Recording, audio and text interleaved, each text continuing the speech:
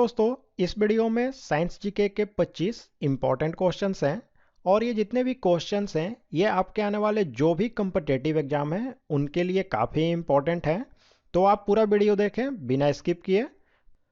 तो दोस्तों, आज के वीडियो का पहला सवाल है, एक पिंड का अधिकतम भार निम्नलिखित में से किस में होता है? तो देखिए, कोई भी जो पिंड होता है उसका भार दो चीज़ों पर निर्भर करता है। पहला होता है गुरुत्व बल और दूसरा होता है उस पिंड पर उस माध्यम के द्वारा जो उत्क्षेप बल लगाया जाता है वह होता है। तो कोई भी माध्यम हो, गुरुत्व बल जो है वह सबके लिए समान होगा, यानी कि जो उत्क्षेप बल वह माध्यम लगाएगा उस पर उस पिंड का भार जो है वह निर्भर करेगा। और यह जो उत्क्षेप बल होता है यह उस माध्यम के कितना विरल है या फिर कितना हल्का है इन पर निर्भर करता है। तो यहाँ पर यह जो हाइड्रोजन दिया है यह इन चारों में से सबसे ज़्यादा विरल है और सबसे ज़्यादा हल्का है, यानी कि जो पिंड है उसका भार सबसे ज़्यादा होगा हाइड्रोजन में। तो ऑप्शन सी राइट आंसर होगा। लेकिन यहाँ पर आपको एक बात याद रखनी है कि जो वस्तु का भार होता है वह तो हमेशा बदलते रहता है, लेकिन वस्तु का जो द्रव्यमान होता है वह हमेशा एक ही रहता है। ठीक है, चलिए अगला सवाल देख लेते हैं। प्लाज्मा झिल्ली किसकी बनी होती है? यह जो प्लाज्मा झिल्ली होती है इसी को हम कोशिका झिल्ली भी कहते हैं और इसका काम होता है कोशिका के अंदर जो जीव द्रव होता है उसको घेरे रहती है। ठीक है, और यहाँ पर पूछ रहा है कि यह किसकी बनी है, तो यह बनी होती है प्रोटीन और लिपिड दोनों की। तो ऑप्शन डी राइट आंसर है। नेक्स्ट क्वेश्चन है दोस्तों, सबसे ज्यादा भारी प्राकृतिक धातु कौन सी है? तो सबसे भारी जो प्राकृतिक धातु है वह है ऑस्मियम। ठीक है, यह जो ऑस्मियम है इसका घनत्व जो है वह 22.61 ग्राम प्रति सीसी होता है, तो इसे भी याद रखें आप। और जो सबसे हल्की प्राकृतिक धातु होती है वह कौन सी है? तो वह होती है लिथियम। ठीक है, चलिए नेक्स्ट क्वेश्चन देखते हैं दोस्तों। आइंस्टीन को नोबेल पुरस्कार किस कार्य के लिए मिला था? तो ये जो आइंस्टीन है इनको नोबेल पुरस्कार मिला था 1921 ईस्वी में और इन्होंने जो प्रकाश वैद्युत प्रभाव है यानी कि फोटो इलेक्ट्रिक इफेक्ट जो है इसकी इन्होंने व्याख्या की थी और इसके नियम दिए थे। इसी के कारण इनको नोबेल पुरस्कार मिला था 1921 में। तो राइट आंसर क्या होगा? प्रकाश विद्युत प्रभाव। ठीक है, अगला सवाल देखते हैं। प्रथम पोषक स्तर के अंतर्गत आते हैं, तो राइट आंसर है ऑप्शन है हरित पादप। ये जो हरित पादप होते हैं इनके अंदर क्लोरोफिल होता है और यह सूर्य की प्रकाश की उपस्थिति में ये अपना भोजन खुद बना लेते हैं। और ये जो हरित पादप होते हैं इन्हें हम प्राथमिक उत्पादक भी कहते हैं, तो इसे भी आपको ध्यान में रखना है। ठीक है, नेक्स्ट क्वेश्चन देखते हैं। डेंगू बुखार में मानव शरीर में किसकी कमी हो जाती है? तो राइट आंसर है ऑप्शन सी प्लेटलेट्स जो हैं इनकी कमी हो जाती है। देखिए, ये जो डेंगू बुखार है इसमें हड्डियों और जोड़ों में बहुत ज़्यादा दर्द होता है, तो इसके कारण यह जो डेंगू बुखार है इसे हम हड्डी तोड़ बुखार भी कहते हैं।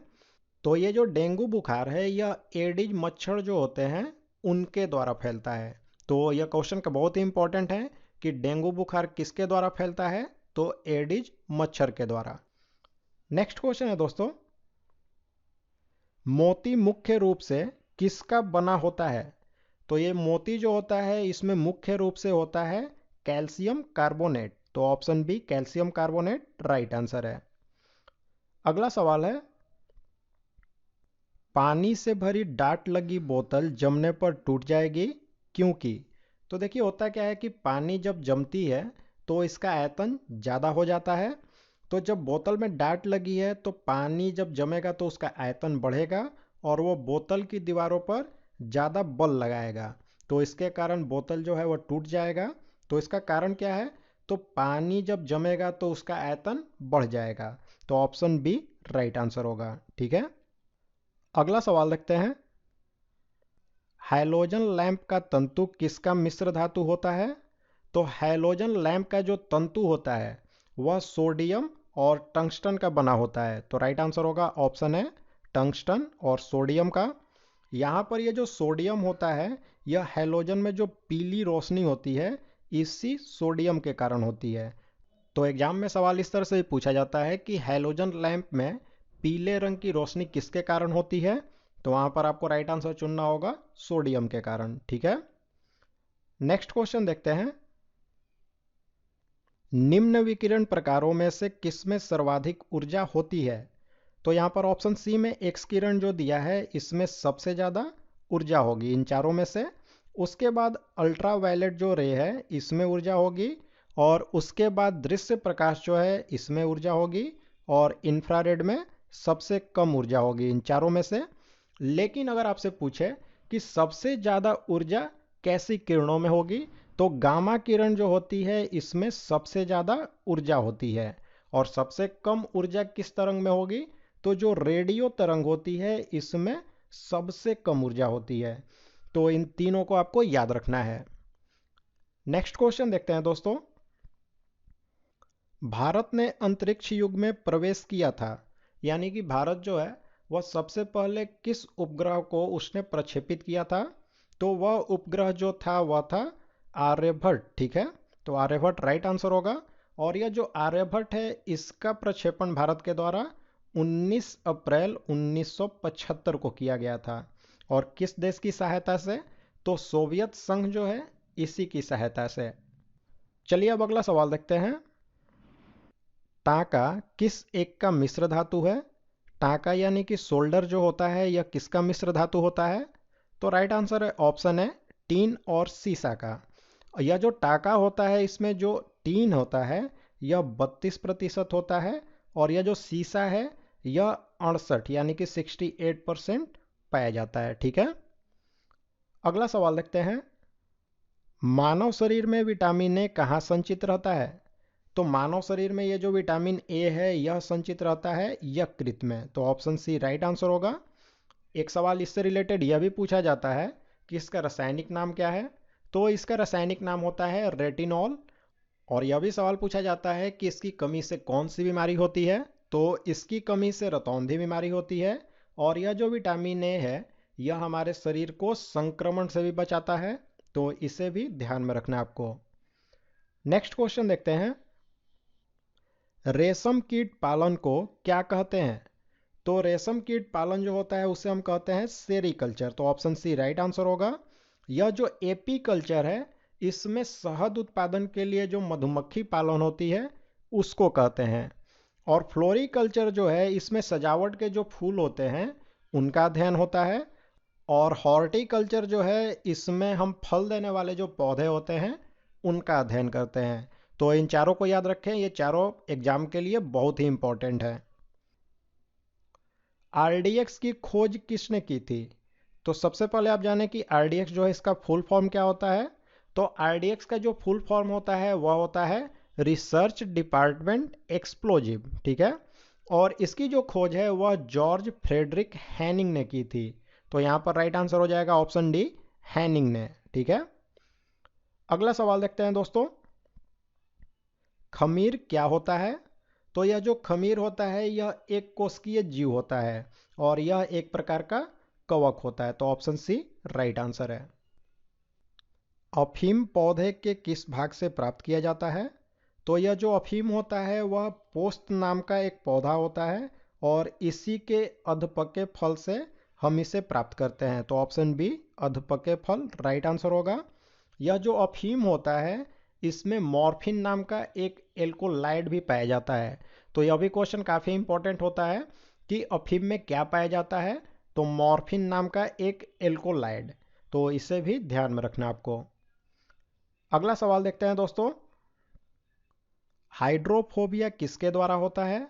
तो ये जो हाइड्रोफोबिया नाम की बीमारी है, इसमें पानी से डर हो जाता है। और यह जो बीमारी है, यह विषाणु के द्वारा होता है, यानी कि वायरस के द्वारा। तो ऑप्शन है विषाणु राइट आंसर होगा। और यह जो हाइड्रोफोबिया बीमारी है, यह रेबीज नाम की जो बीमारी है, जो कि कुत्ते के काटने से होती है, उसी का पुराना नाम है। तो इसे भी आपको याद रखना है कि रेबीज का जो पुराना नाम है वह क्या है। तो वह है हाइड्रोफोबिया। निम्नलिखित में से किसे चूहा विष के रूप में प्रयोग किया जाता है, यानी कि चूहे को मारने के लिए? तो चूहे के विष के रूप में हम पोटेशियम साइनाइड और जिंक फॉस्फाइड का इस्तेमाल करते हैं। तो यहाँ पर ऑप्शन में दिया है जिंक फॉस्फाइड, तो इसी को राइट आंसर चुनना है। तो ऑप्शन सी जिंक फॉस्फाइड चूहे के विष के रूप में इसका इस्तेमाल होता है और साथ ही में पोटेशियम साइनाइड का भी इस्तेमाल होता है। अगला सवाल देखते हैं, कौन सी तरंगे शून्य में संचरण नहीं कर सकती हैं? तो राइट आंसर है ऑप्शन सी ध्वनि तरंग।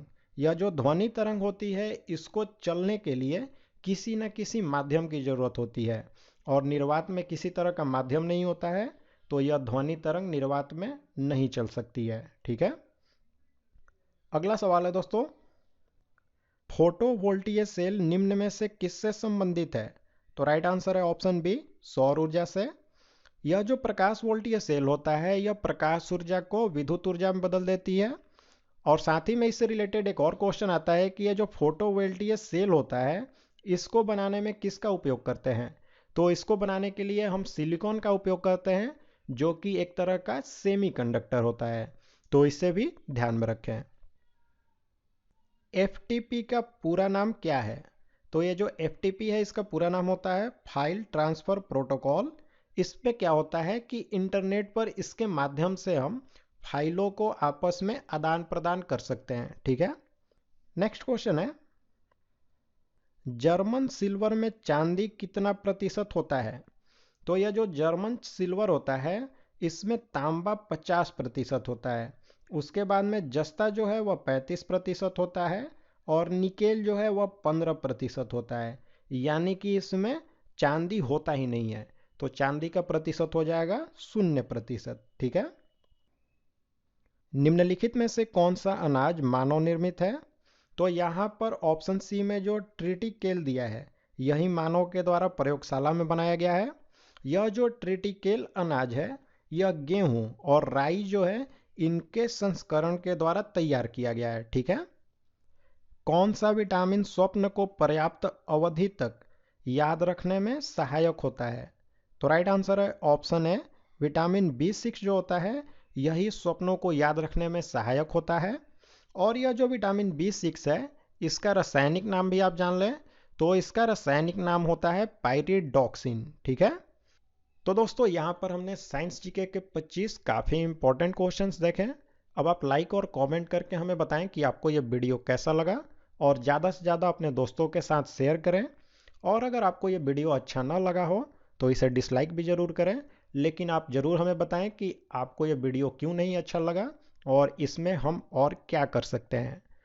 और साथ ही में दोस्तों अगर आप हमारे चैनल का वीडियो पहली बार देख रहे हैं तो हमारे चैनल को सब्सक्राइब करें और जो बेल बटन का आइकन दिया है उसे भी प्रेस कर दें और ऑल नोटिफिकेशन को ऑन कर दें, जिससे कोई भी नई वीडियो अगर हम अपलोड करते हैं तो इसकी जानकारी आपको मिलती है और कोई भी वीडियो आपसे मिस नहीं होती है।